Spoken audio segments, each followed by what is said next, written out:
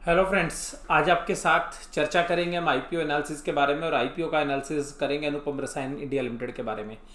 किस तरीके से ये आईपीओ काम कर सकता है, कब खुलेगा आईपीओ, क्या भाव है, वैल्यूएशंस किस तरीके की अप्लाई करना चाहिए नहीं करना चाहिए, इस तरीके के दूसरे जो पीयर्स हैं वो किस तरीके से काम कर रहे हैं और वैल्यूएशंस कैसी हैं, इन सब के ऊपर जो है चर्चा करेंगे। तो आज की जो है हमारी चर्चा इसके ऊपर हो उससे पहले मैं उस सेक्टर के अंदर कुछ कंपनीज का एनालिसिस आपके साथ करना चाहूँगा।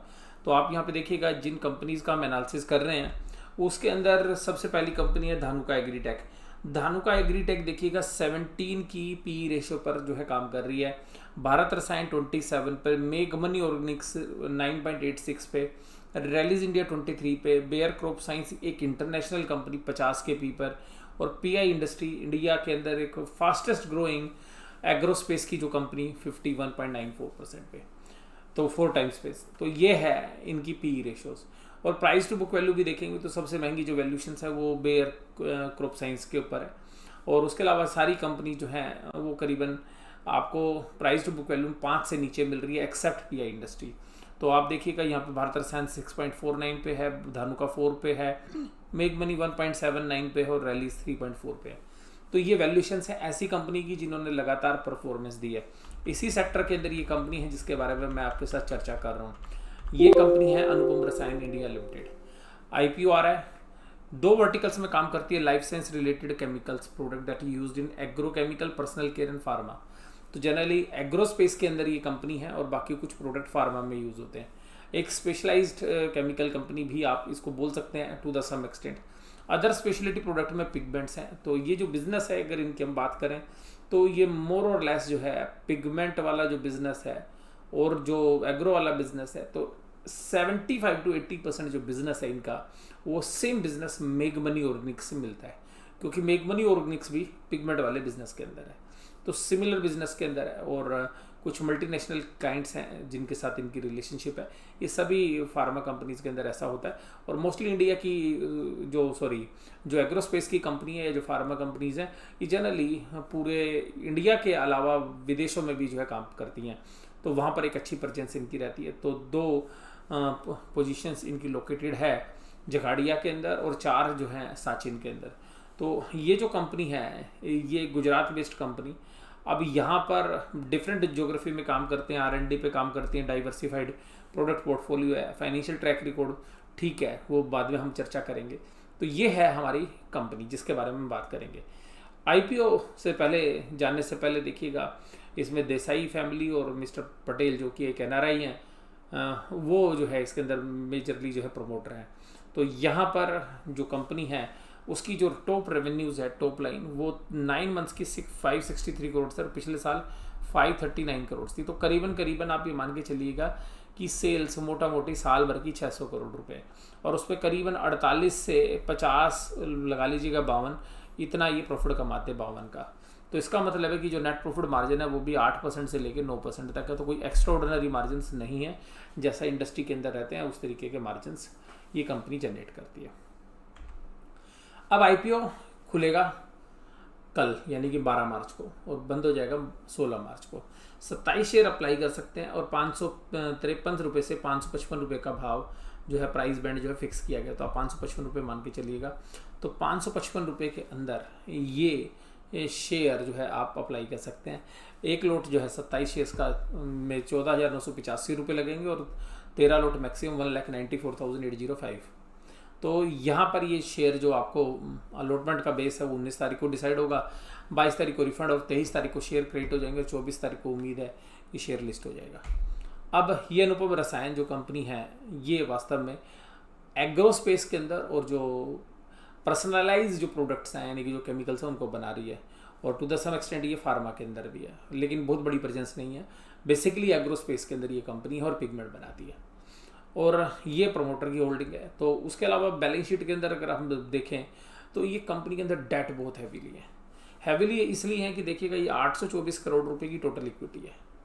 824 करोड़ की इक्विटी के सामने 575 करोड़ की तो आप देखिएगा इनके पास नॉन करंट लायबिलिटी जिसमें 516 करोड़ का लॉन्ग टर्म लोन है। उसके अलावा 186 करोड़ की जो है फाइनेंशियल लायबिलिटीज है, शॉर्ट टर्म बोरोइंग्स हैं। Current maturity of long term borrowings है 138 करोड़ की। तो आप यहाँ पे उसके अलावा जो है अदर करंट लायबिलिटीज में देखेंगे 36 करोड़ की है। बाकी 136 करोड़ का ये जो है स्मॉल और माइक्रो फाइनेंस को जो पैसा देना है। तो कुल मिला के आप देखेंगे तो डेब्ट इक्विटी रेशियो मोर देन 1 है। तो एक से ज़्यादा डेट इक्विटी रेशियो है इस कंपनी की। तो एक हैवी डेट जो है बैलेंस शीट के अंदर अभी भी है। हालांकि जो पैसा ये कैपिटल रेज करेंगे उससे जो है डेट रीपे करेंगे, और टोटल जो पैसा भी इन्होंने इकट्ठा करना है वो करीबन 760 करोड़ रुपए के आसपास इकट्ठा करना है। तो काफ़ी बड़ा जो अमाउंट है डेट का वो रीपे हो जाएगा। तो वो बाद में जो है कंपनी की फाइनेंशियल परफॉर्मेंस को इंप्रूव करता हुआ आपको नजर आएगा। लेकिन उसका एक इम्पैक्ट टैक्स के ऊपर भी होगा, क्योंकि इंटरेस्ट का कॉस्ट अगर कम होगी तो टैक्स थोड़ा बढ़ता हुआ आपको नजर आएगा। कैश फ्लो स्टेटमेंट के फ्रंट पे भी देखें तो कंपनी का कोई भी जो कैश फ्लो है वो ऐसा नहीं है इम्प्रेसिव। करीबन 94 करोड़, 97 करोड़ और केवल 13 करोड़ ये पिछले 3 साल के जो है कैश फ्लोज हैं जिनको मैं डिस्कस कर रहा हूँ आपके साथ। तो करीबन हम ये मान के चलें कि ये जो कंपनी है ये करीबन 100 करोड़ का cash flow from operating activity generate कर सकती है। अब इस cash flow from operating activities के सामने देखिएगा इन्वेस्टमेंट इन्होंने की है, क्योंकि एक्सपेंशन में जो है काम कर रही थी। तो कंपनी पिछले 3-4 साल से काफ़ी अच्छी इन्होंने इन्वेस्टमेंट की है। और देखिएगा केवल 48 करोड़ का तो इनका इंटरेस्ट की पेमेंट है। तो आप ये खुद समझ सकते हैं कि कितना बड़ा डेट जो है इनके पास है। तो डेट को ले भी रहे हैं हर साल और रीपे भी कर रहे हैं। तो फाइनेंसिंग के अंदर अगर आप देखेंगे तो ये पॉजिटिव अमाउंट चल रहा है, यानी कि उधार पे उधार लिए जा रहे हैं पिछले 4-5 साल से। तो पैसा तो उधार लिए जा रहे हैं, इन्वेस्टमेंट हो रही है, तो रिटर्न्स उसके ऊपर आगे चल के आनी चाहिए, क्योंकि जो एक्सपेंशन इन्होंने पीछे किए हैं तो वो फ्रूटफुल हो सकते हैं आगे चल के। अब ये जो कंपनी है इसके अंदर जो है ऑडिटर ने भी जो है जून 22 2020 को रिटायर कर दिया। तो रिटायर हो गए थे और वो एक कैजुअल वैकेंसी जो है क्रिएट हो गई थी। तो थोड़ा सा कंसर्न बनता है यहाँ पे कि ऑडिटर अगर इस तरीके से आईपीओ से पहले चेंज होते हैं तो थोड़ा सा कॉज ऑफ कंसर्न जो है एक कॉर्पोरेट गवर्नेंस के एंगल से जो है देखा जा सकता है। ये जो शेयर कैपिटल है जो अभी इशूड सब्सक्राइब्ड कैपिटल है, उसके अलावा जो एम्प्लॉयज़ के लिए भी जो है एक रिजर्व किया हुआ है कोटा। अब यहाँ पर वैल्यूशंस वाली बात करते हैं। तो वैल्यूशंस कहाँ पर हैं? वैल्यूशंस में आप देखेंगे तो पिछले साल की ईपीएस 6.94 थी। हम इसी से उम्मीद करते हैं कि चलिए 7 रुपये ईपीएस है और थोड़ा सा ग्रोथ लगाते हैं तो 8 रुपये की ईपीएस। अब शेयर है 555 रुपये का, और 555 वाला शेयर को अगर हम 8 से डिवाइड कर दें तो आपके पास पी रेशियो निकल कर आती है 555 डिवाइडेड बाई 8, दैट इज 69.375। तो अब ये जो शेयर है ये आ रहा है आपका 70 की पी रेशियो पे। भाई साहब आप ये देखिएगा 70 की पी रेशियो पे ये शेयर जो है कंपनी लिस्ट करने का प्लान कर रही है। तो लिस्टिंग गेन कहाँ से आएंगे? तो मुझे ऐसा नहीं लगता कि इन वैल्यूशंस के ऊपर लिस्टिंग गेन जो है आ सकता है। और ये जो वैल्यूशंस हैं जो इसकी पीयर है जिनका ट्रैक रिकॉर्ड है, वहाँ पर आप रैलीज की बात करिए, धनुका की बात करिए, वहाँ से भी आप देखिएगा 3 टाइम्स वैल्यूशंस पर ये इन्होंने प्राइस डिसाइड किया। और अगर आप मेगमनी से आप डिसाइड करें, वो पूरा निर्णय लेने की कोशिश करें मेगमनी के सामने, तो 7 गुना कीमत पर ये जो है शेयर आ रहा है, और जबकि इसकी बैलेंस शीट में डेट भी ज़्यादा है। तो यहाँ पर ये कंपैरिजन किसके साथ कर रहे हैं? पीआई के साथ और एसआरएफ के साथ, यानी कि जो मार्केट के अंदर जो लीडर्स हैं उनके साथ जो एक छोटी कंपनी को कंपेयर किया जा रहा है, जो मुझे जस्टिफाई नहीं लगता, क्योंकि ये जो ड्राफ्ट डॉक्यूमेंट्स था कंपनी ने पेश किया था उसके अंदर ये जो है बात बताई गई थी। तो यहाँ पर भी अगर आप वैल्यूशंस देखेंगे कि लोएस्ट भी 30 है, तो आप ये देखिएगा ये पीआई से भी ज़्यादा वैल्यूशंस के आसपास जो है शेयर को लिस्ट कराने का प्लान कर रहे हैं। तो अगर पीआई जो है फास्टेस्ट ग्रोइंग कंपनी है इस सेक्टर के अंदर, उससे भी देखिएगा आप जो है 5 टाइम्स ज़्यादा आप जो है जनरेट करें। तो मुझे लगता है कि लिस्टिंग के अंदर जो है गेन जो है शायद काउंटर पे बिल्कुल भी नहीं हो, और लॉन्ग टर्म के अंदर भी मुझे ऐसा नहीं लग रहा कि इन वैल्यूशंस पर ये शेयर्स जो है बनता है खरीदने के लिए।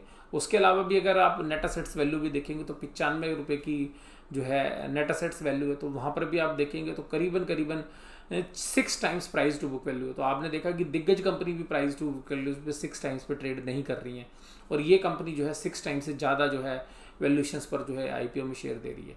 तो यहाँ पर उसके अलावा भी रिटर्न ऑन नेटवर्थ भी जो है 10% के आसपास है। तो यहाँ पर भी कोई इंप्रेसिव नहीं है, और अगर आपका शेयर जो है 6 time price to book value पर, तो बिल्कुल भी जो है हमें नहीं लगता कि ये बहुत बड़ी वर्थ है।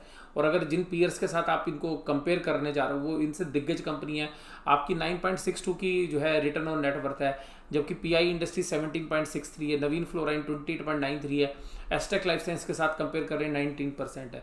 तो जब अगर रिटर्न ऑन नेटवर्थ डबल है तो इन कंपनीज को पी ज़्यादा मिलनी चाहिए थी, जबकि आप अपने शेयर को ज़्यादा वैल्यूशंस पर लिस्ट कराने का प्लान कर रहे हैं। तो मुझे ये वैल्यूशंस बड़े महंगे लग रहे हैं, और लेकिन भाव भगवान है, अगर ये शेयर्स पब्लिक को पसंद आएगा, क्योंकि आज की डेट में हम तो यही कह सकते हैं कि जो आईपीओ है वो वास्तव में एक तरीके से जो कंपनीज़ हैं वो रिटेल इन्वेस्टर्स को मन चाहे भाव पर जो है शेयर्स देने के लिए तैयार है, और रिटेल इन्वेस्टर्स भी जो है खुश होकर हुए जो है तैयार है कि चलो जी मुझे महंगी वैल्यूएशन से मिल जाए। और देखिएगा पीछे की जो आईपीओज हैं वहाँ पे बहुत सारे जो रिटेल इन्वेस्टर्स हैं अभी भी फंसे पड़े हैं, फिर ओपन मार्केट से खरीद लेते हैं। हालांकि लिस्टिंग पे तो गेन आ जाता है, लेकिन उसके बाद वो एक ऊपर के प्राइस दिखाने के बाद वो शेयर्स नीचे आ जाते हैं, और फिर जो रिटेल इन्वेस्टर्स लिस्टिंग के ऊपर जो है गेन को देखने के बाद ये सोचते हैं कि अगर हमें आईपीओ में नहीं मिला तो चलो लिस्टिंग पे ले लेते हैं, और फिर बाद में जो है शेयर से फंसते हुए नजर आते हैं। तो मुझे ऐसा लगता है कि लिस्टिंग पे अगर गेन आए तो इस शेयर से एग्जिट कर जाना चाहिए, क्योंकि बहुत ही महंगे वैल्यूएशंस जो है मुझे लग रहे हैं। और जो कंपनी सेगमेंट के अंदर है तो आप देखेंगे कि बहुत बेहतरीन कंपनी ऑलरेडी सेगमेंट के अंदर है। तो ऐसा नहीं है कि कोई ऐसा प्लेयर है कि जहाँ पर कि आपको स्पेशली एक अलग तरीके की कंपनी मिल रही है, तो कोई ऐसा स्पेशल बिजनेस भी नहीं है जिसकी वजह से मुझे नहीं लगता कि 70 की पी मिलनी चाहिए। बैलेंस शीट में डेट भी ज़्यादा है, और वो कोई ऐसा अलग यूनिक बिजनेस भी जो है हमें नहीं लग रहा है। तो मुझे पर्सनली ये कंपनी कुल मिला के ठीक है, सब कुछ ठीक है, लेकिन वैल्यूएशन से डबल से भी ज़्यादा महंगे हैं। और जब मार्केट में आपके पास दूसरे ऐसे प्लेयर्स हैं तो मुझे नहीं लगता कि ये जो वैल्यूएशन है रीज़नेबल है। और इसके अलावा मैं आपको एक डिस्क्लोज़र भी आपको दे दूं कि इस सेगमेंट के अंदर कुछ कंपनियां मेरे पोर्टफोलियो में हो सकती हैं जिनके साथ जो है हम एनालिसिस कर रहे हैं। उसमें से कुछ कंपनियां हो सकती हैं, और मेजरली मेरे पास एक कंपनी है जो मैं नाम के साथ आपको डिस्क्लोज कर रहा हूँ, मेग मनी ऑर्गेनिक्स। और उस शेयर्स ने एक अच्छी तेज़ी जो है दिखाई थी लास्ट सेशन के अंदर, यानी कि वेडनेसडे को, और यहाँ पे एक टेक्निकल ब्रेकआउट भी जो है 89 के भाव पे आया, ये भी मैं आपको बता दूं। तो अभी हो सकता है कि मेग मनी में और अच्छी तेज़ी देखने के लिए मिल सकती है, और उसका मेन रीज़न जो है, बहुत सारे रीजंस हो सकते हैं, क्योंकि जिस तरीके का टेक्निकल बना है उसमें आप देखेंगे फ्लैग पैटर्न भी है, और उसमें कप एंड हैंडल फॉर्मेट भी जो है आप देख सकते हैं कि बना हुआ है। तो इस तरीके के पैटर्न जो है मेग मनी ऑर्गेनिक्स के अंदर हैं। इसके अलावा ये जो इस तरीके की अगर कंपनी अनुपम रसायन जैसी कंपनी अगर 70 के पी पे शेयर देगी तो भाई साहब मेग मनी ने क्या काले चने चबा रखे हैं कि जो 10 के पी पर ही वो ट्रेड करता रहेगा। और जो कंपनी अपने इंटरनल एक्यूरल से जो है ग्रोथ कर रही है और वैल्यू स्टॉक है एक जबरदस्त, और वहाँ पर आप अनुपम से हम उसको कंपेयर नहीं कर सकते, क्योंकि अनुपम जो है अभी भी उस जितनी सेल करने में, मेग मनी जितनी सेल करने में बहुत टाइम लगेगा। मेग मनी ऑर्गेनिक्स अभी भी जो है 2100 करोड़ की सेल कर रही है, जहां पर कि ये कंपनी 700 करोड़ की सेल के आसपास, 650 करोड़ की सेल भी अगले साल कर पाएगी, जबकि मेग मनी 2400-2500 करोड़ की सेल के आसपास करती हुई नजर आएगी। अगर दोनों बिजनेस को भी अगर हम कंपेयर करें तो मेग मनी जो है 3 टाइम्स है इससे रेवेन्यू में, प्रॉफिट के अंदर भी करीबन 4 टाइम्स है, तो प्रॉफिट के मार्जिन भी मेग मनी में ज़्यादा अच्छे हैं। तो मुझे पर्सनली ऐसा लगता है कि मेग मनी ऑर्गेनिक्स बहुत अच्छी चॉइस है, और अनुपम रसायन में अगर अच्छा रिस्पॉन्स मिलता है तो मुझे ऐसा लगता है कि मैं मेग मनी ऑर्गेनिक्स में और भी फर्दर इन्वेस्टमेंट करने के बारे में सोच सकते हैं, क्योंकि अगर अनुपम जैसी कंपनी को इतनी अच्छी वैल्यूशंस मिलेंगी तो देर सवेर जो है मेग मनी ऑर्गेनिक्स को भी एक अच्छी वैल्यूशंस मिलने की मुझे काफ़ी अच्छी उम्मीद है। हालांकि अभी देखिएगा मैं आपको डिस्क्लोजर बता दूं, 52 वीक हाई के ऊपर जो शेयर ये ट्रेड कर रहा है, और मल्टी ईयर जो है ब्रेकआउट है, और पिछले 3 साल के भी हायर लेवल जो है अभी शेयर जो है मेग मनी ऑर्गेनिक्स का ट्रेड कर रहा है। इसके अलावा मुझे रैलीज इंडिया भी काफ़ी बेहतरीन कंपनी लगती है इन वैल्यूशंस पे, और उससे भी ज़्यादा मुझे बेहतरीन लगती है धानुका एग्रीटेक, जिसमें फॉर्मुलेशंस का बिजनेस भी बहुत बढ़िया है। तो मुझे अनुपम रसायन के अलावा बाकी कंपनियां ज़्यादा बेहतरीन लगती हैं, और मल्टीनेशनल स्पेस के अंदर बेयर क्रॉप साइंस भी काफ़ी बेहतरीन कंपनी है। और इसके अलावा पीआई इंडस्ट्रीज देखिएगा मार्केट में लीडरशिप पोजीशंस के अंदर एक तरीके से बना हुआ है, जिस तरीके की ग्रोथ इसने जो है पिछले 4-5 साल के अंदर की है, ना केवल शेयर प्राइस में बल्कि बिजनेस में भी। तो मुझे पर्सनली ऐसा लगता है कि अनुपम रसायन ना तो लिस्टिंग गेन के लिए शायद खरीदने लायक बनता है, और ना ही फर्दर इन्वेस्टमेंट के लिए। तो आप में से बहुत सारे जो हमारे व्यूअर्स हैं वो अनुपम रसायन के बारे में मेरी राय जानना चाह रहे थे। ये मेरी व्यक्तिगत राय है, आप कोई भी अगर आईपीओ लगाना चाहते हैं, नहीं लगाना चाहते, अपने फाइनेंशियल एडवाइजर से सलाह लीजिए, अपने विवेक का यूज़ करिए, मैंने जो एनालिसिस किया इसको क्रॉस चेक करिए, और उसके बाद ही अंतिम फैसले पर पहुंचिए। आपको वीडियो कैसी लगी जरूर से जरूर मुझे बताइएगा कमेंट बॉक्स में। वीडियो देखने के लिए धन्यवाद। Thank you very much.